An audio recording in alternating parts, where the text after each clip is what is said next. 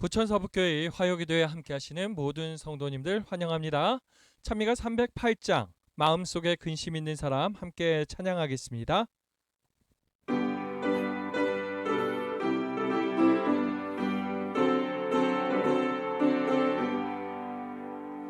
마음속에 근심 있는 사람 예수께 오라 예수께 오라 슬픈 마음 있을 때에라도 주 예수께 나오라 예수께 오라 예수께 오라 주 우리의 친구니 무엇이나 근심하지 말고 주 예수께 나오라 눈물 나며 기쁜 한숨 쉴 때 예수께 오라 예수께 오라 은밀한 데 내게 있더라도 주 예수께 나오라 예수께 오라 예수께 오라 주 우리의 친구니 무엇이나 근심하지 말고 주 예수께 나오라 괴로움과 두려움 있을 때에 예수께 오라 예수께 오라 내일 일을 염려하지 말고 주 예수께 나오라 예수께 오라 예수께 오라 주 우리의 친구니 무엇이나 근심하지 말고 주 예수께 나오라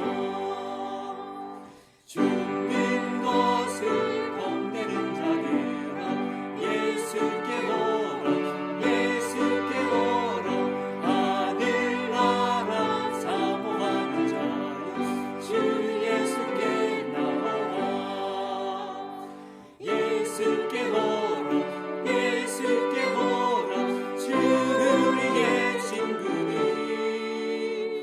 무엇이나 근심하지 말고 주 예수께 나오라 안녕하십니까? 이번 한 주도 잘 보내고 계시죠? 우리가 매일 아침 주님의 말씀을 묵상하고 있습니다. 주의 음성을 귀 기울이고 그 말씀에 따라 사는 우리들 되길 바랍니다. 이미 그렇게 하고 계시죠? 여러분들이 이 같은 주님과 동행하는 그 열심으로 인해서 여러분들의 삶이 더욱더 힘있고 생동감 넘치게 되기를 바랍니다. 저는 최근에 성경절을 외우고 있습니다. 시편 119편 130절을 외웠는데요. 주의 말씀을 열면 빛이 비치어 우둔한 사람들을 깨닫게 하나이다. 주님의 말씀이 우둔한 사람을 깨닫게 한다고 하지요. 지혜롭게 하는 것입니다. 모든 성도님들이 하나님의 말씀으로 말미암아 지혜로운 삶 살 수 있기를 바랍니다. 이번 주 누가복음의 후반부를 열심히 읽고 계시지요. 누가복음이 말하는 예수님은 누구이신가? 오늘은 이 이야기를 마무리하려고 합니다. 지난 시간 예수님은요, 남자 중에 남자였음을 이야기했습니다. 예수님은 목수셨어요. 무거운 목재들을 다루시는 분이었습니다. 아마도 그의 몸은 근육질이고 남성미가 넘쳤을 것입니다. 유대인들의 사회는요, 남성 위주의 사회였습니다. 그러한 사회를 대표할 만한 모습이었다라고 생각해 볼 수 있겠죠. 실제 예수님의 사역은 거의 남성 위주로 돌아가는 듯이 보이기도 합니다. 12 제자들이 다 남자고요. 성경의 기록자들도 다 남성들이죠. 하지만 예수님은 여성들을 존중하는 모습을 보여주셨습니다. 누가는 이러한 모습을 강조합니다. 그 이유가 무엇인 것 같습니까? 예수님은 소외된 자들을 사랑하시는 분입니다. 그러한 분이 누구마저도 사랑하시는가? 구원과 전혀 상관없어 보였던 이방인들마저도 사랑하셨다는 것을 누가는 이야기하고 싶었던 것이죠. 이방인들의 구원이 하나님의 놀라운 계획이었음을 이야기하고 싶었던 것입니다. 누가는 이러한 연약한 자들을 사랑하시고 그들을 세워주시는 그 예수님의 모습을 계속하여 그려갑니다. 이러한 모습을 조금 다르게 생각하면 예수님은 사회운동가처럼 보이기도 합니다. 예수님은 가난한 사람들을 존중하셨고 그들을 사랑하셨습니다. 누가복음 1장에 나오는 마리아의 찬송시에는 이러한 내용이 들어있더라고요. 53절을 보시면 하나님께서 줄이는 자를 좋은 것으로 배불리셨으며 부자는 빈손으로 보내셨도다 라고 합니다. 이것을 부자들이 보았다면 기분이 어땠을까요? 사실 누가복음을 읽고 있는 그 대상은 데오빌라 각하였습니다. 높은 직위에 계신 관리였어요. 일반적으로 높은 직위에 계신 분들이 부자들이랑 잘 지내지 않습니까? 그리고 본인도 부자였을 가능성이 있겠지요. 그런데 그분이 이 글을 읽고 있다면 가슴이 콕 찔리지는 않았겠습니까? 불편할 수 있었습니다. 하지만 누가는 이렇게 표현하는데 거침이 없었습니다. 실제 예수님의 가족은요, 가난했습니다. 요셉은 마리아를 위한 정결 예식을 드렸을 때 율법에서 말하는 대로 산 비둘기 한 쌍이나 혹은 어린 집비둘기 둘을 바쳤어요. 레위기를 보시면 권장하는 것이 1년 된 어린 양이었습니다. 하지만 그 정도의 힘이 없는, 여력이 없는 사람들을 위해서 산 비둘기나 집 비둘기 새끼 2마리를 번제나 속죄제물로 삼으라고 이야기하는 것이지요. 그만큼 가난했다라는 것입니다. 세월이 흘러서 성이 된 예수님은 자신의 고향 회당에 들어가 이사야의 글을 펴서 메시아가 가난한 자에게 복음을 전하실 것을 가르치십니다. 누가복음 4장 18절에 나오지요. 예수님은 침례 요한이 제자들이 오실 그이가 당신이오니까 라고 질문했을 때 같은 본문을 인용하고 계십니다. 누가복음 7장 22절 보시면요. 너희가 보고 들은 것을 요한에게 알리되 가난한 자에게 복음이 전파된다 하라고 대답하셨지요. 12장을 보시면 예수님은 제자들에게 너희 소유를 팔아서 구제하라고 하십니다. 또한 자신의 집에서 잔치를 베푸는 바리새인의 집에 가셔서 주님께서는 가난한 자들을 청하라고 말씀하십니다. 당시 유대 사회에서는요, 오늘날 우리 시대보다 가난한 자들이 더 크게 멸시받았던 시대였습니다. 부자들은 하나님의 사랑을 받고 가난한 자들은 덜 사랑받는다는 생각이 일반적이었어요. 그러한 분위기 속에 예수님은 부자와 거지 나사로라는 파격적인 가르침을 주십니다. 사람들이 기존에 가지고 있던 생각을 완전히 역전시키는 이야기였습니다. 부자는 음부에서 고통을 당하고 있는데요. 거지 나사로는 아브라함의 품에 들어갔습니다. 이 이야기는 당시에 유명한 이야기였어요. 이 이야기로 천국 지옥을 이야기하고 싶어하는 분도 있지만 중요한 핵심은 부자와 가난한 자의 마지막이 어떠한가라는 것입니다. 당시의 개념을 완전히 뒤집었던 이야기라는 것이지요. 여러 장 뒤에요. 예수님께서 제자들에게 하신 말씀은 더욱 충격의 도가니로 몰아넣고 있습니다. 누가복음 21장 1절로 4절을 보시면요. 예수께서 눈을 들어 부자들이 헌금함에 헌금 넣는 것을 보시고 또 어떤 가난한 과부가 두렙돈 넣는 것을 보시고 이르시되 내가 참으로 너희에게 말하노니 이 가난한 과부가 다른 모든 사람보다 많이 넣었도다. 저들은 그 풍족한 중에서 헌금을 넣었거니와 이 과부는 그 가난한 중에서 자기가 가지고 있는 생활비 전부를 넣었느니라 하시니라. 자신의 생활비 전부를 넣은 과부였습니다. 예수님은 이러한 과부의 절약 정신과 저축 계획이 없음을 비난하지 않으셨습니다. 오히려 하나님에 대한 헌신이 충만하다고 칭찬하고 계신 것입니다. 예수님께서 사람들의 관심사를 모르셨을까요? 어떻게 하면 돈을 많이 벌고 부자가 될 수 있을까? 이것이 사람들의 관심사잖아요. 이 이야기를 한다, 강연을 한다, 그러면 사람들이 얼마나 많이 몰리는지요. 예수님은 이 방법을 아셨을 것입니다. 어떻게 하면 부자가 되는지 모두가 정말 납득하게 이야기해 주실 수 있으셨을 것입니다. 그리고 그렇게 이야기했을 때 사람들이 많이 몰려올 것이라고 생각하셨을 거예요. 하지만 절대 그렇게 하지 않으셨습니다. 예수님은요, 그들에게 부자가 되라고 말씀하지 않으세요. 도리어 반대로 가르치셨습니다. 누가복음 6장 20절을 보시면요, 예수께서 눈을 들어 제자들을 보시고 이르시되 너희 가난한 자는 복이 있나니 하나님의 나라가 너희 것임이요 라고 말씀하십니다. 또 사실상 부자들에게 경고를 하십니다. 그 24절에 보시면 그러나 화 있을진저 너희 부요한 자여 너희는 너희의 위로를 이미 받았느니라. 누가복음에는요, 이러한 메시지가 차고 넘치고 있습니다. 누가복음 12장 15절을 보시기 바랍니다. 그들에게 이르시되 삼가 모든 탐심을 물리치라 사람의 생명이 그 소유에 넉넉한 데 있지 아니하니라 하시고, 이 말씀에 이어서요, 예수님은 재물은 풍부하지만 하나님에 대해서는 가난한 모습을 보여주고 있는 어리석은 부자의 비유를 들려주십니다. 아무리 창고에 재물이 많이 쌓였어도 오늘 밤 하나님께서 그의 목숨을 거두신다면 그 어떤 소용이 있냐라는 권면이지요. 예수님은 이러한 생각을 가진 이들에게 강력하게 이야기하십니다. 너희 소유를 팔아 구제하여 낡아지지 아니하는 배낭을 만들라. 곧 하늘에 둔 바 다함이 없는 보물이니 거기는 도둑도 가까이 하는 일이 없고 좀도 먹는 일이 없느니라. 너희 보물 있는 곳에는 너희 마음도 있느니라.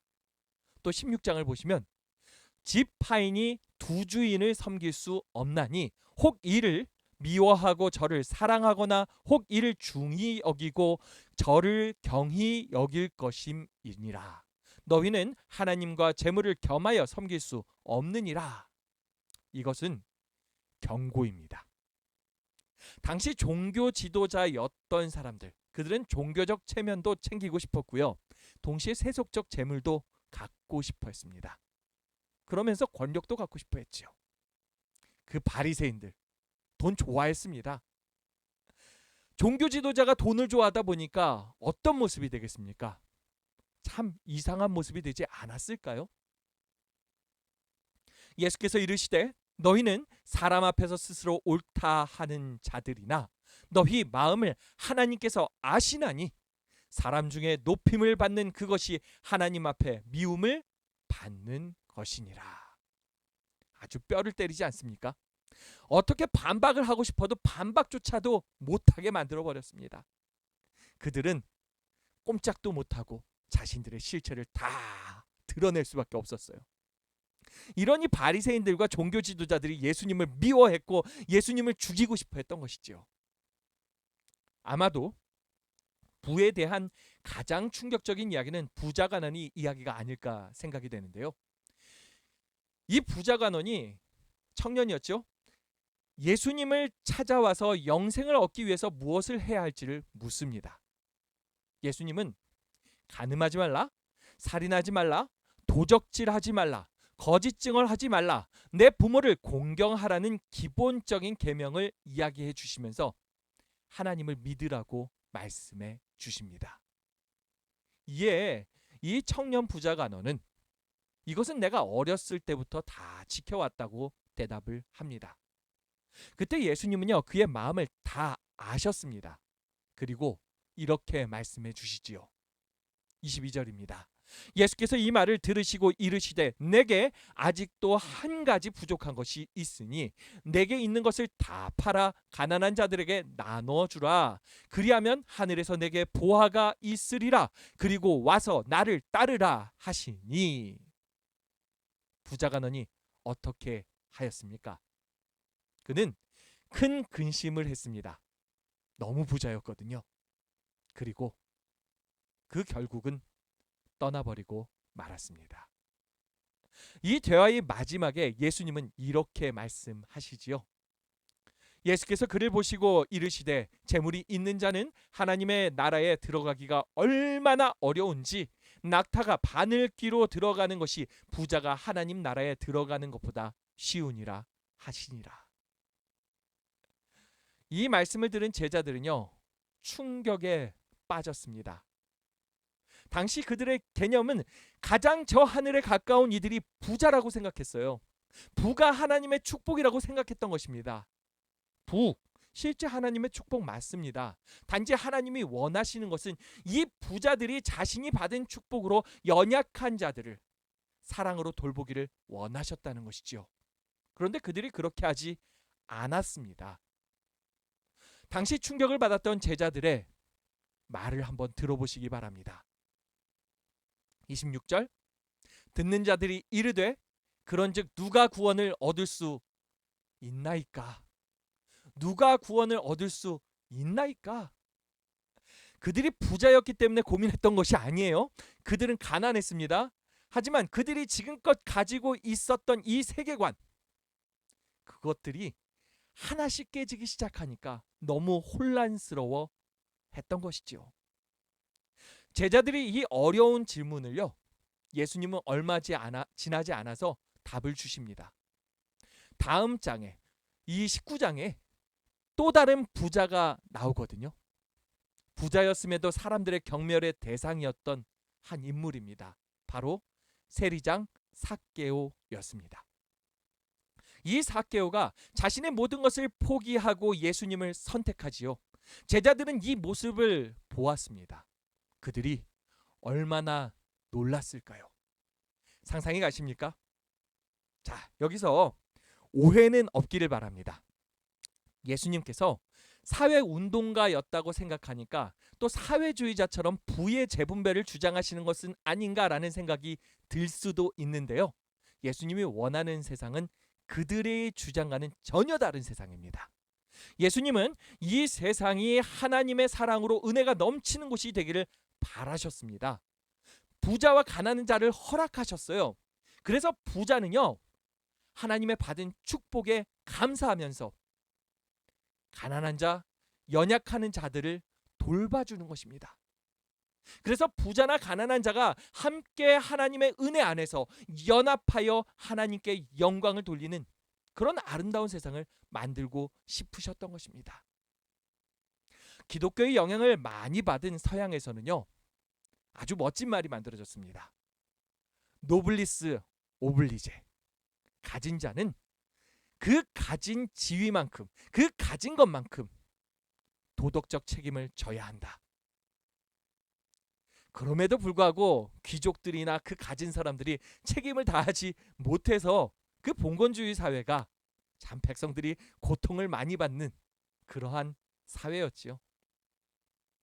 만약에 우리 사회가요, 가진 자들이 책임을 다하는 사회가 될 수 있다면, 그렇게 이 세상이 돌아갈 수 있다면요, 얼마나 좋은 세상이 되겠습니까? 누가는 예수님을 이상적인 사회를 건설하고 싶어하는 그러한 혁명적 사회 운동가로서 기록했다고 볼 수도 있을 것 같습니다. 예수님은 굉장히 높은 이상을 가지셨던 분입니다. 자, 이러한 누가복음을 읽는 우리 역시 높은 꿈을 꿔야 합니다. 우리가 있는 곳에서부터 하나님의 아름다운 나라를 꿈꿔야 됩니다. 우리가 하늘 시민답게 살 수 있으면 좋겠습니다. 하나님께서 나에게 허락하신 것들을 가지고서 그 연약한 이들을 돌보면서 주님의 사랑을 잘 보여주는 우리가 되기를 바랍니다. 예수님께서 주로 교제를 나눴던 사람들을 생각해 보려고 합니다. 흥미롭게도 예수님은 당시 사회에서 제대로 대접받지 못한 사람들에게 대부분의 시간을 할애하셨습니다. 그분은 죄인 및 세리들과 교제를 나누셨지요. 조금 이해가 가지 않는 부분도 있습니다. 성공하려면 어떤 사람과 어울려야 한다고 생각되십니까? 잘 나가는 사람들, 돈 있고 능력 있는 사람들, 나의 끈이 될 수 있는 사람들, 나의 방패가 될 수 있는 사람들, 그런 영향력 있는 사람들과 함께해야 하지 않겠습니까? 그런 사람들이 우리 교회에 몇 명만 있다고 생각해봐요. 우리 교회가 어떻게 될까요? 그런데 예수님의 생각은요, 우리의 생각과 많이 달랐던 것 같아요. 예수님은 세리들이 집에서 식사를 하셨습니다. 그리고 그들은 예수님과 함께 지체 높은 가문의 집에도 들어갔습니다. 이에 대해 지체 높은 사람들은 불편했고 수군거리기 시작하면서 비난을 합니다. 누가복음 15장 1절의 말씀을 함께 볼게요. 모든 세리와 죄인들이 말씀을 들으러 가까이 나아오니 바리새인과 서기관들이 수군거려 이르되 이 사람이 죄인을 영접하고 음식을 같이 먹는다 하더라. 이것이 예수님의 삶의 방식이었습니다.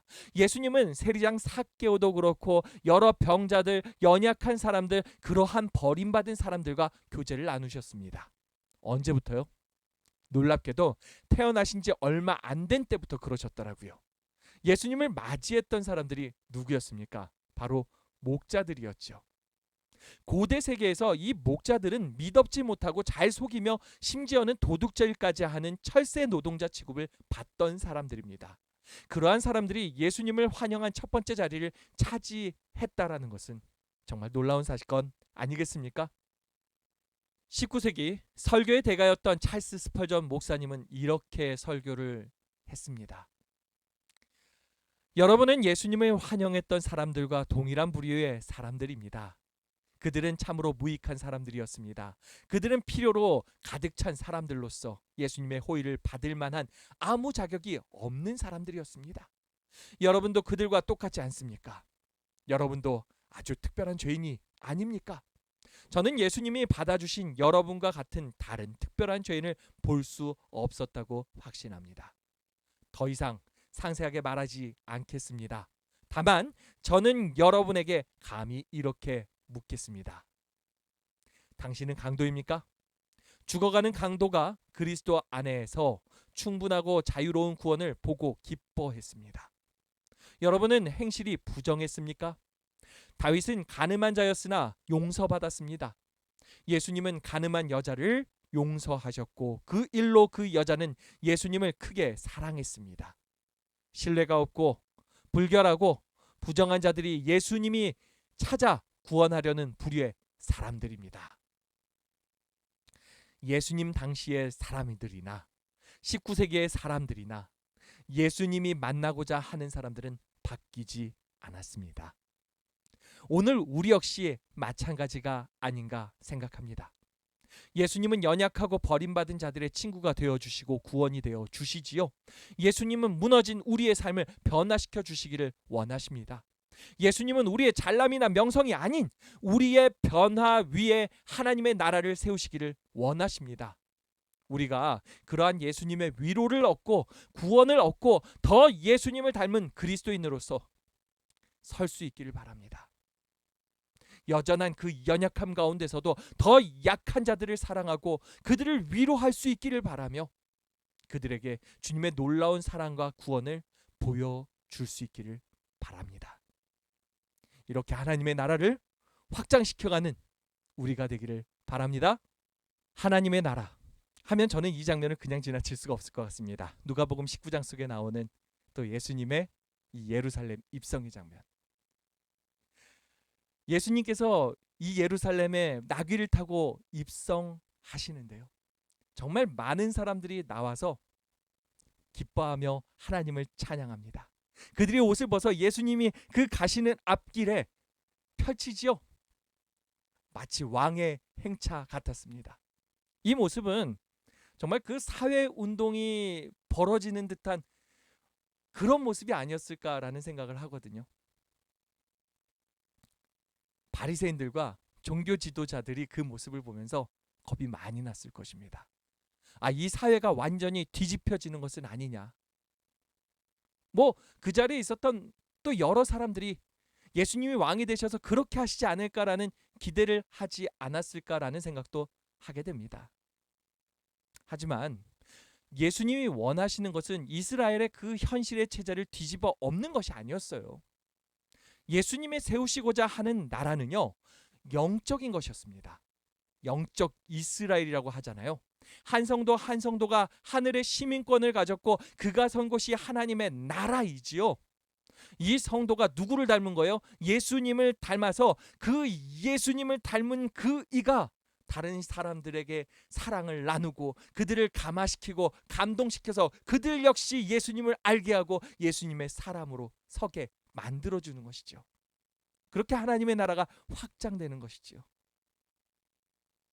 예수님은요, 이러한 이들의 안에서 하나님의 그 원래 계획하셨던 그 인간의 모습이 온전히 회복되기를 바라셨습니다. 그러기 위해서 정말 열심히 고군분투하시면서 고생을 마다하지 않으셨어요. 심지어 잘못된 것을 바로잡겠다고 싸우시지요. 누가복음 6장, 13장 그리고 14장을 보시면 예수님께서 바리새인들과 안식일 문제로 갈등을 겪고 있는 모습을 볼 수 있거든요.